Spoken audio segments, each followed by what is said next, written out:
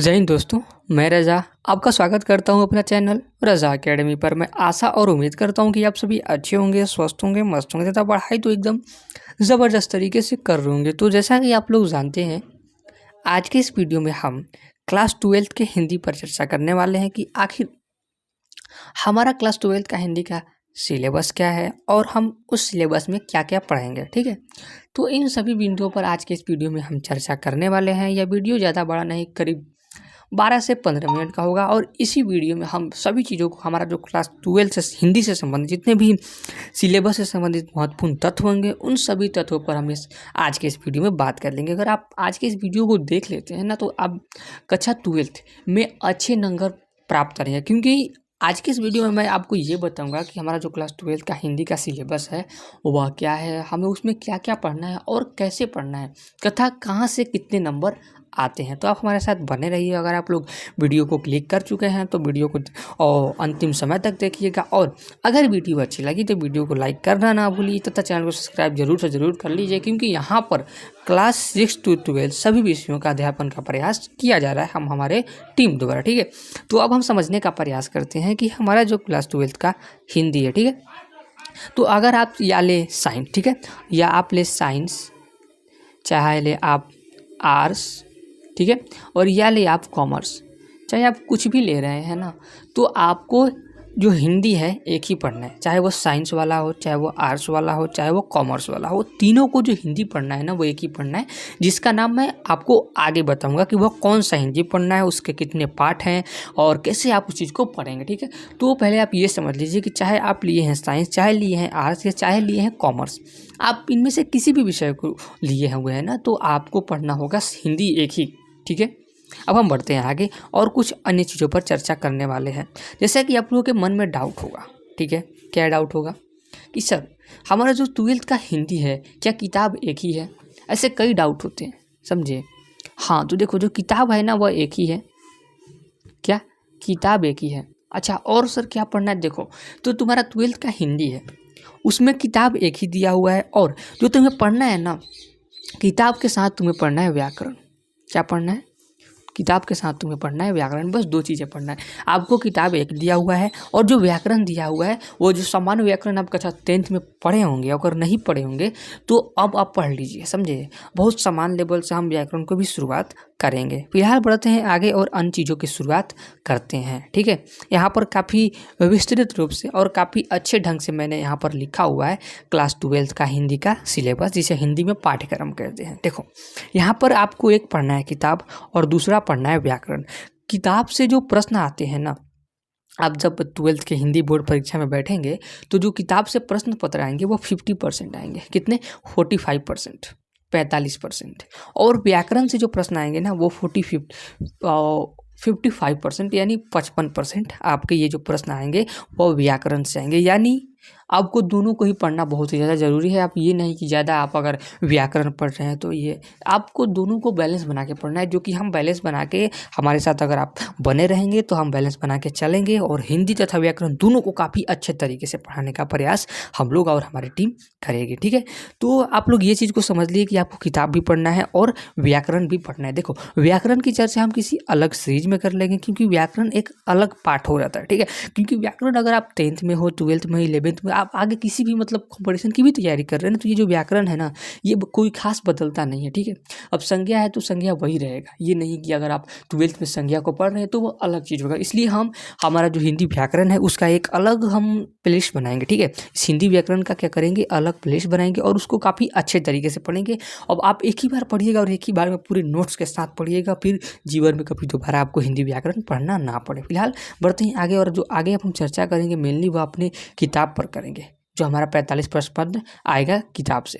तो बढ़ते हैं किताब। देखो, ये यही किताब है, आपको अच्छे तरीके से देख लीजिए, यही आपका किताब है जिसका नाम है दिगंत भाग 2। किताब आपको एक ही पढ़ना। ठीक है, कि दिगंत भाग 2 यही आपका किताब है।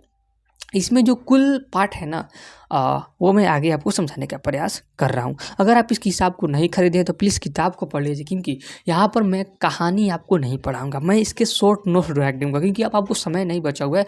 अब दिसंबर चल रहा है, यहाँ पर मैं डायरेक्ट आपको फर्स्ट वीडियो में लेखक परिचय और उसके बाद शॉर्ट नोट्स और उसके बाद जो भी महत्वपूर्ण लघु उत्तरीय तथा दीर्घ उत्तरीय और ऑब्जेक्टिव जो भी प्रश्न होंगे उन सभी प्रश्नों को हम हल करने का प्रयास यहाँ पर करेंगे। तो इस बुक को आप लोग प्लीज़ नहीं खरीदें तो खरीद लीजिए, और अगर आप लोग कहेंगे तो हम इसका PDF बना के बुक का फोटो खींचकर आपको व्हाट्सएप ग्रुप में डाल देंगे। अगर आप व्हाट्सएप ग्रुप में नहीं जुड़े हैं तो व्हाट्सएप ग्रुप में भी हमारा जुड़ जाइएगा, ठीक है। डिस्क्रिप्शन में उसका लिंक दिया हुआ है।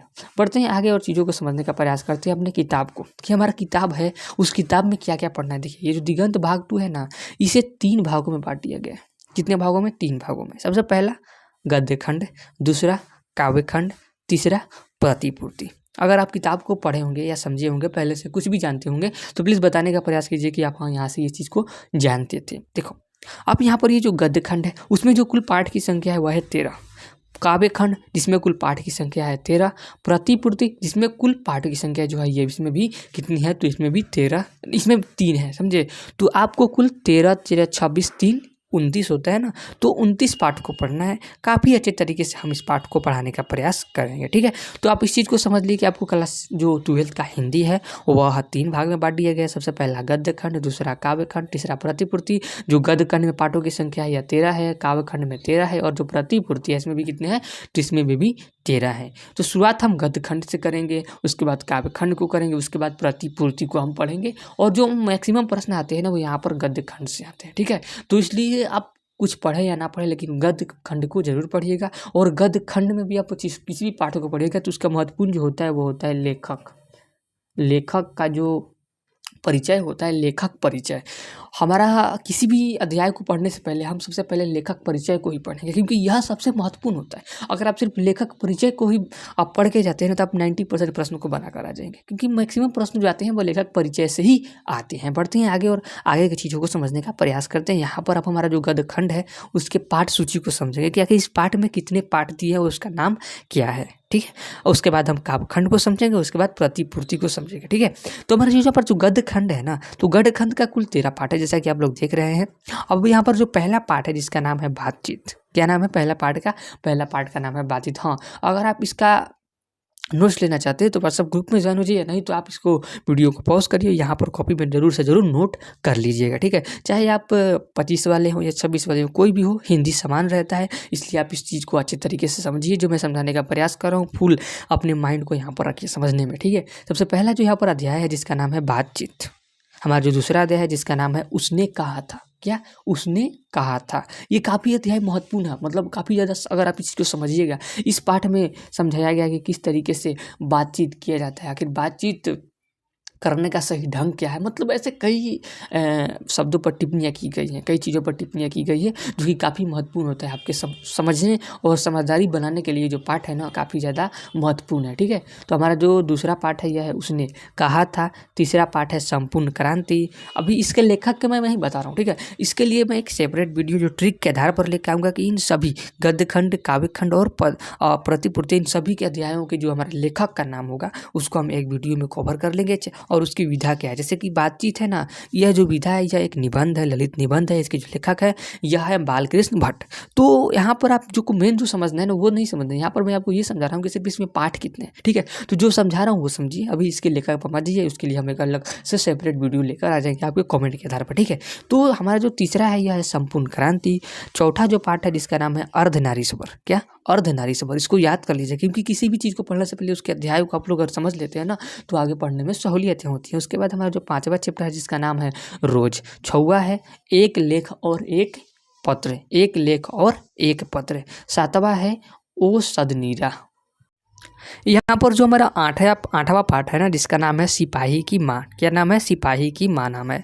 और हमारे यहाँ पर जो 9वां पाठ है वह है प्रागीत और समाज। क्या? प्रागीत और समाज। तथा 10वां पाठ जो है जिसका नाम है जूठन।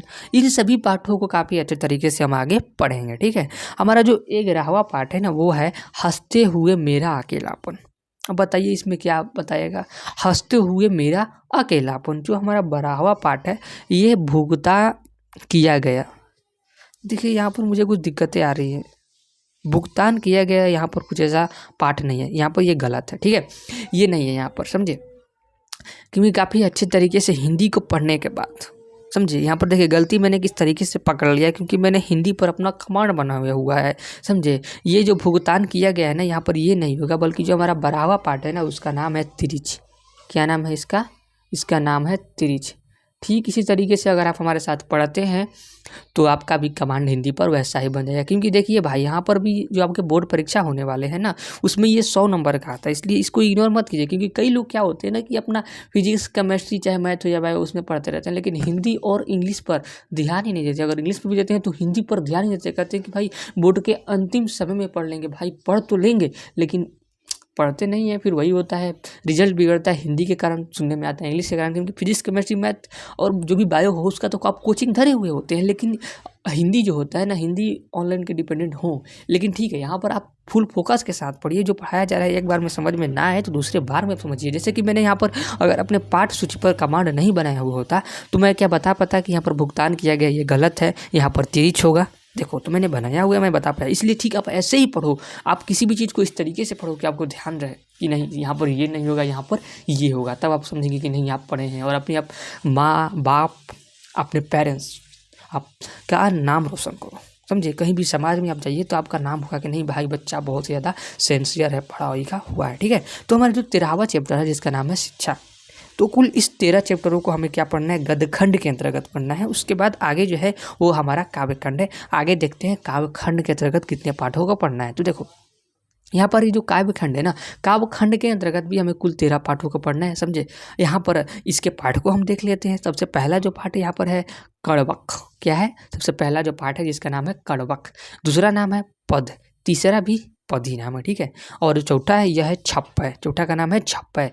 पांचवा का नाम है कवित। क्या पांचवा का जो नाम है यहाँ पर कवित नाम है। छठवा का नाम है तुमुल कोलाहल कलह में, समझे, तुमुल कोलाहल कलह में। सातवां का नाम है पुत्र वियोग। सातवां क्या नाम है, सातवां का नाम है पुत्र वियोग। आठवां का नाम है उषा। आठवां का नाम क्या है, आठवां का नाम उषा है। नौवां का नाम है जन जन का एक चेहरा। नौवां का नाम क्या है, नौवां का नाम है जन जन का एक चेहरा। देखिए यहाँ पर जो 10वां है ना, यहाँ पर ये भी गलत हो गया मेरे भाई। देखो तानाशाही, बल्कि तानाशाही यहाँ पर नहीं होगा। जो हमारा 10वां पाठ है ना, उसका नाम यहाँ पर होता है अधिनायक, ठीक है। लिखने में थोड़ी सी जो है ना स्क्रीन छोटा है, इसे कारण हम लिख नहीं पा रहे हैं, लेकिन मैं बोल दे रहा हूँ यहाँ पर जो 10वां होगा वह होगा अधिनायक। क्योंकि भाई कुछ समस्याएं ऐसी है, जितनी संसाधन है उतने में हम आपको बेस्ट क्वालिटी देने का प्रयास करते हैं। आगे आप लोगों की मदद से, आप लोगों के प्यार से संसाधन बढ़ेंगे तो काफ़ी अच्छे तरीके से हम भी डिजिटल बोर्ड पे पढ़ाने का प्रयास करेंगे, ठीक है। फिलहाल बढ़ते हैं आगे। हमारा जो 11वां चैप्टर है जिसका नाम है प्यारे नन्हे बेटों को। प्यारे नन्हे बेटों को। 12वां चैप्टर का नाम है हार जीत। हार जीत। 13वां चैप्टर का नाम है गांव का घर। 13वां चैप्टर का नाम है गांव का घर। तो कोई खास ये मतलब कि जो काव्य खंड है ना, इसमें से कोई खास प्रश्न नहीं आते हैं, लेकिन आते हैं, ठीक है। लेकिन आते हैं इसलिए आपको ये भी पढ़ना जरूरी होगा, ठीक है। उसके बाद बढ़ते हैं आगे और आगे चीज़ों का समझने का प्रयास करते हैं। आगे हमारा जो है प्रतिपूर्ति है, इसके पाठ सूची को भी समझ लेते हैं। इसमें कुल जो पाठ है ये 3 है। सबसे पहला जो पाठ है जिसका नाम है रस्सी का टुकड़ा। क्या नाम है, रस्सी का टुकड़ा। दूसरे का नाम है क्लर्क की मौत। क्लर्क की मौत। और तीसरा का नाम है यह है पेशगी। तो कुल इसमें 3 पाठ हैं जिसको भी आप लोग समझ चुके हैं, ठीक है। और इस चीज़ को आप लोग इग्नोर ज़रा भी मत कीजिएगा कि अरे ये क्या पढ़ के होगा, ये क्या याद करके होगा, ये क्या समझ के होगा। अरे भाई पाठ सूची को पहले समझो, समझे। आज के इस वीडियो को देखने के बाद एक बार में समझ में ना आए दोबारा देखो, ठीक है। एक बार में ना आए दोबारा देखो, लेकिन पाठ सूची को याद कर लो। जितने भी मैंने अध्याय बताए ना भाई, उसको याद कर लो, कॉपी में नोट कर लो, जैसे भी याद करना है याद कर लो। हाँ, अगर समय नहीं है ना तो सिर्फ जो भी आगे हम पाठ का परिचय बताएंगे, यानी लेखक परिचय, तो उस चीज़ को काफ़ी अच्छे तरीके से इग्नोर मत करना। मतलब कि उसको याद देखना और याद करना ही करना, क्योंकि वहाँ से आपका प्रश्न बने ही बनेंगे, ठीक है। तो फिलहाल आगे की जो हमारी रणनीति होगी थोड़ा हम उस पर चर्चा कर लेते हैं। आगे की हमारी जो रणनीति होगी वो इस तरीके से होगी कि देखिए हम पढ़ेंगे। कैसे पढ़ेंगे? तो किसी भी पाठ को पढ़ने से पहले, जैसे कि अब हमारा जो अगला क्लास होगा वह बातचीत पर होगा। जो हमारा गद्य खंड से शुरुआत हम करेंगे, गद्य खंड का जो पहला चैप्टर है जिसका नाम है बातचीत। तो हम लोग बातचीत को जैसे पढ़ेंगे ना, तो सबसे पहला हमारा जो वीडियो होगा वह होगा लेखक परिचय पर। भाई लेखक परिचय बहुत ज़्यादा महत्वपूर्ण होता है, मैं शुरू से ही बता रहा हूँ। इसलिए लेखक परिचय हमारा जो पहला वीडियो आएगा वह लेखक परिचय पर आधारित आएगा। जो दूसरा वीडियो आएगा वह शॉर्ट नोट, जैसे कि बातचीत में जितने भी मेन टॉपिक्स है ना, जैसे कि मेन जो बताया गया, जैसे कि मैं थोड़ा सा आपको बताऊं तो उसमें ये बताया गया है कि जो वास्तविक रूप से बात होती है ना, जो सही एक बात होती है वो दो व्यक्तियों के बीच होती है, समझे। तो ऐसे ऐसे कई ऐसे टॉपिक है जो कि काफ़ी अच्छे तरीके से हम शॉर्ट नोट्स को बनाकर बताने का प्रयास करेंगे। और उसके बाद जो हमारा तीसरा क्लास होगा वह लघु उत्तरीय तथा वस्तुनिष्ठ प्रश्न पर होगा, समझे। वस्तुनिष्ठ प्रश्न भी आपके एग्जाम के दृष्टिकोण से काफ़ी ज़्यादा मायनेबल है। और अगले वीडियो में मैं थोड़ा सा आपको ये भी बता दूंगा कि कितने जो प्रश्न होते हैं वस्तुनिष्ठ प्रश्न कहाँ से कहाँ आते हैं, थोड़ा सा अगले वीडियो में चर्चा हम लोग कर लेंगे। यहाँ पर फिलहाल मैंने जो बताया कि सबसे पहले हम लेखक परिचय को पढ़ेंगे, उसके बाद हम शॉर्ट नोट्स को पढ़ेंगे, उसके बाद लघु उत्तरीय तथा वस्तुनिष्ठ प्रश्न जो होते हैं उनको पढ़ेंगे। तो मैं आशा और उम्मीद करता हूँ कि आप लोग हमारा ये जो वीडियो होगा सिलेबस बताया जो उसको समझ लिए होंगे, ठीक है। और अगले वीडियो से काफ़ी हमारे साथ आप लोग काफ़ी अच्छे तरीके से और फुल कंसंट्रेशन के साथ बने रहिएगा। अगले वीडियो हमारा जो होने वाला है लेखक परिचय पे होने वाला है। आप लोग बहुत देर से हमारे साथ बने हुए, जैसा कि मैंने बताया कि ये जो वीडियो होगा वह 12 से 15 मिनट का होगा। 15 मिनट हो चुका है। फिलहाल के लिए लेते हैं आपसे विदा, मिलेंगे अगले वीडियो के लिए, तब तक के लिए धन्यवाद। जय हिंद।